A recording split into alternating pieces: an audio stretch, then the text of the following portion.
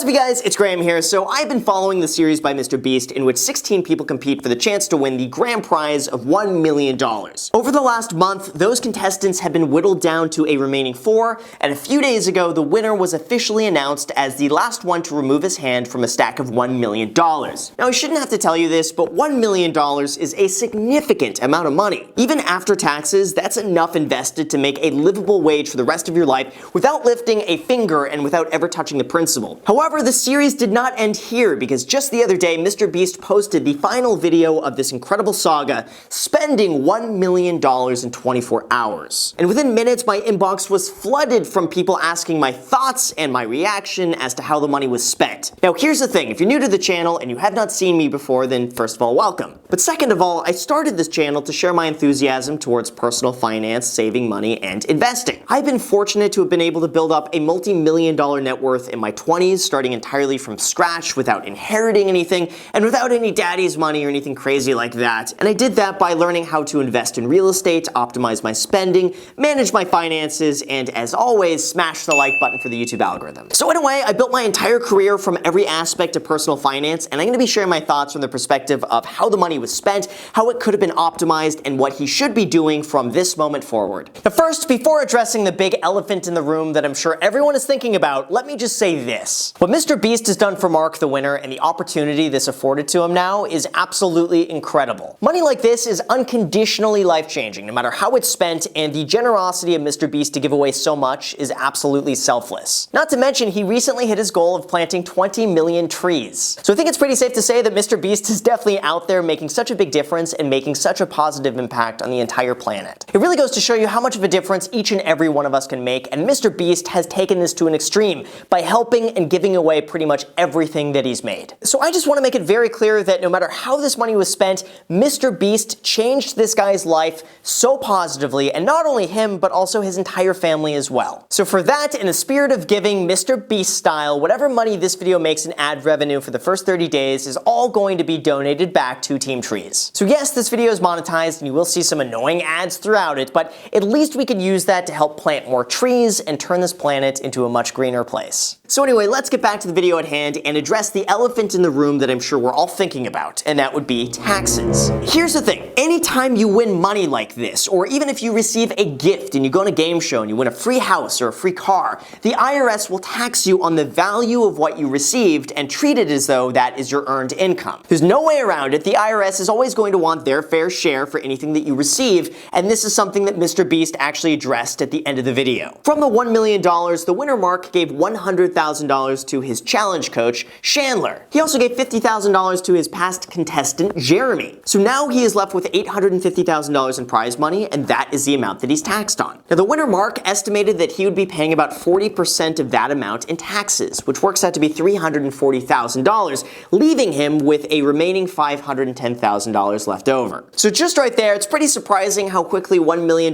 turns down to $510,000 before even spending a single dime on himself. Taxes can definitely be, how should we say, a lot. Now here's a word of my advice coming from someone who's been in this sort of tax bracket before, and that would be hire the best CPA you possibly can. That is so important. Because this is such a large one-time windfall, it's really important to do as much as you can to bring down your tax liability up front. And a really good CPA will be able to guide you through every single option you have at your disposal in order to do this. You should also go and immediately open up a high-interest savings account through banks like Wealthfront, Ally Bank, or PNC Bank, and put all $340,000 of your tax money in there. This way, you're going to be able to make an extra 1.6 to 1.9% in interest on your tax money before you file your tax return. Which, by the way, on $340,000 works out to be an extra $2,100 in interest just for opening up an account and letting your money sit there for a little bit. But anyway, now knowing that there's $510,000 remaining, I'm not gonna lie, the beginning of the video had me a little bit worried. The first purchase was at Best Buy and included thousands of dollars worth of gaming electronics electronics, 7 iPhones, 3 MacBooks, 2 iPads, and a variety of other items, the total of which came to $23,800. Now, Mark explained that those purchases were not for himself, but rather gifts for his friends and family, so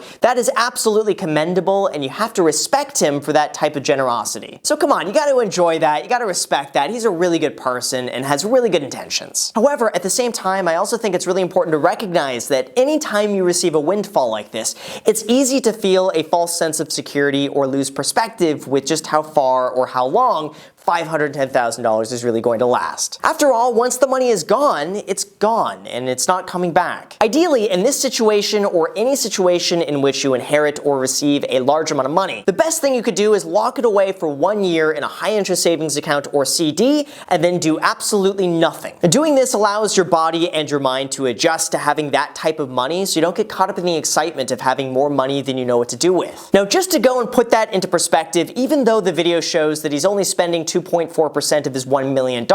In reality, when he's only keeping $510,000 after taxes, he is spending 4.7% of his available money in one trip. That would be the equivalent of him spending an entire year's worth of profit from a $510,000 investment in the stock market adjusted for inflation. I think that if someone presented it in such a way where if he wants the money to last the rest of his life, he can only spend a certain amount of that every single year. And if he knew that that one Best Buy trip would exceed his spending for the next 12 months, he may have been just a little bit more cautious about his spending. However, I don't know the context of those winnings or if it was a condition to go and splurge all $1 million on your loved ones in the event you won. Because I gotta say, from a content perspective, that was absolutely the right thing to do. Because going and spending for other people just makes really good content. It makes you feel really good to watch and see that. And filming that would give Mr. Beast more opportunities to give more money away to more people in the future. I also believe it's Mark's money, he won it fair and square, and he deserves to spend the money however he wants. So I can't fault him for whatever he decides to spend his money on. Anyway, in terms of the spending, after Best Buy, Mark went and bought 2 cars. There wasn't enough information in the video to tell whether or not these cars were new or used, but looking at the types of cars he bought, it looks as though he bought a 2020 GMC Yukon and a newer BMW 3 Series sedan for a total of $100,000. Meaning at this point, he spent about 24% of his winnings. Now, some might say that the cars will have residual value, and this is true. You will be able to recoup some of your cost by the time you sell. Not to mention, these cars should be built to last quite a long time, so it's not like he's out there going and buying a Maserati or a used V12 Mercedes. However, my biggest concern would be the depreciation of 2 new cars and how much value they'll have left by the time he sells them, if ever. Realistically, I think it's reasonable to assume that those cars, if bought brand new, would probably lose about 40% of their value in the event he sold them in the next 4 to 5 years. And when spending $100,000, that works out to be a $40,000 loss over that time frame. This is also why I mentioned the importance of hiring a really good CPA, because at this level,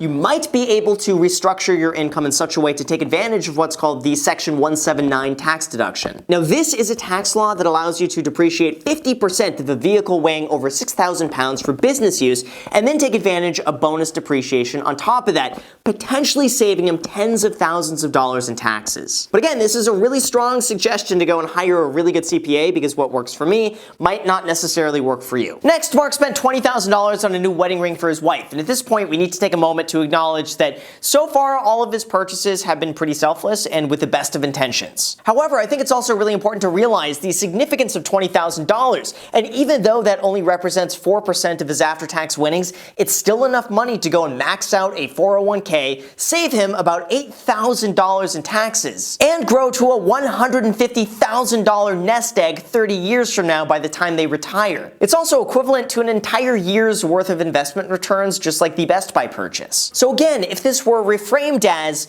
you're spending an entire year's worth of investment returns on a ring, are you okay with that? It may have just put that purchase in a slightly different perspective. However, like I mentioned before, from all the things he's spending money on, he's spending it on other people. He's not out there selfishly splurging on himself. At least he's out there bringing joy to other people that he knows and loves, so you gotta respect him for that. Okay, but then we get to see Mark's new house, and I gotta say, that was the best possible purchase he could have made. It made me so happy to see him do that for his family. He was able to give them way more space, set them up in a proper home, and that is 100% $165,000 very well spent. And no matter what happens with everything else, he's always going to have a house and a roof over his head for himself and his family. He's never going to have to worry about making a mortgage payment or a rent payment, and not having that type of overhead is priceless.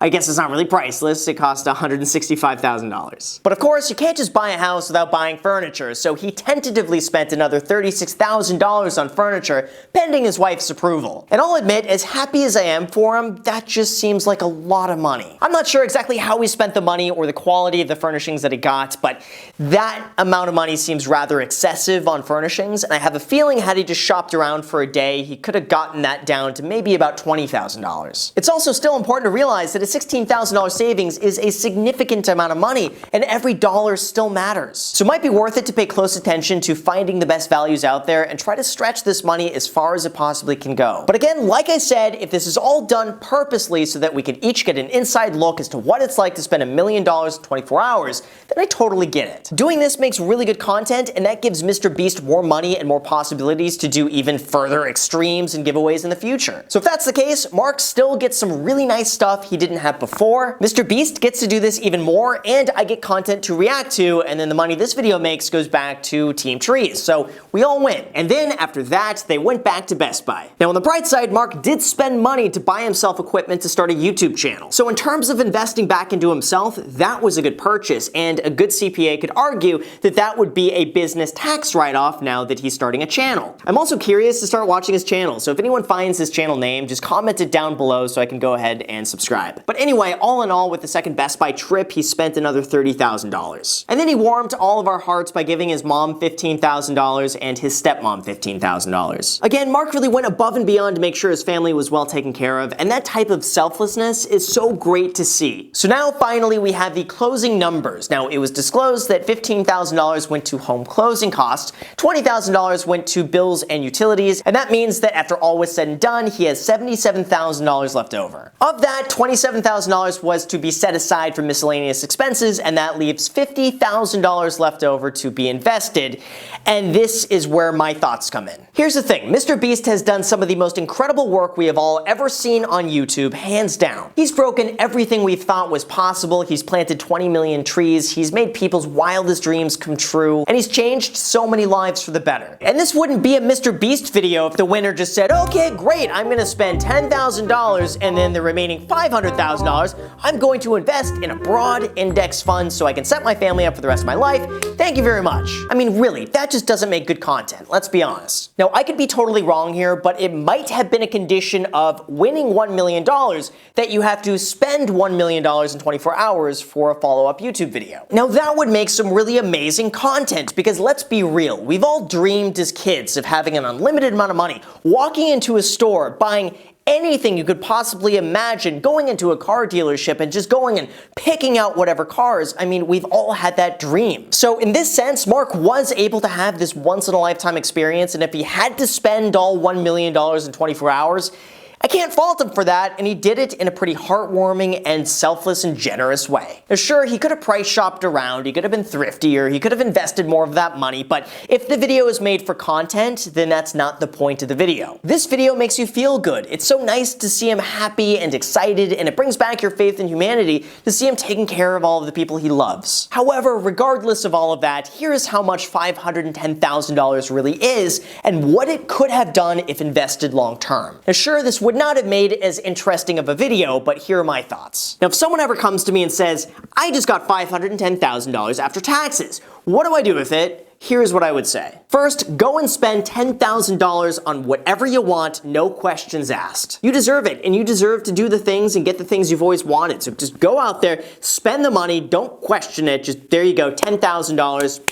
Enjoy. Next, I would say the remaining money should go towards paying off whatever debt you have. If that's $10,000 in credit card debt, then go and pay it off. If it's student loans, pay it off. An auto loan, pay it off. Even a mortgage, I would just suggest to go ahead and pay it off. My reasoning for this is that because it's a lump sum one-time payment, it's easy to get carried away and spend it, especially if you already have debt. So going and using that money to pay off whatever you owe is pretty much just like locking in profit. And it also lowers your monthly overhead at the same time, so from that perspective, it's a win-win. Then after that, with whatever money is left over, I would suggest investing in a broad index fund covering the US stock market, international stock market, and bond market, and that is what's known as what's called the three-fund portfolio. Historically, an investment like that would yield about 7% annually, adjusted for inflation with dividends reinvested. From this, you could safely spend about 4% of your total portfolio annually without ever having to worry about running out of money. This means that if he went and invested $500,000, he would be able to safely spend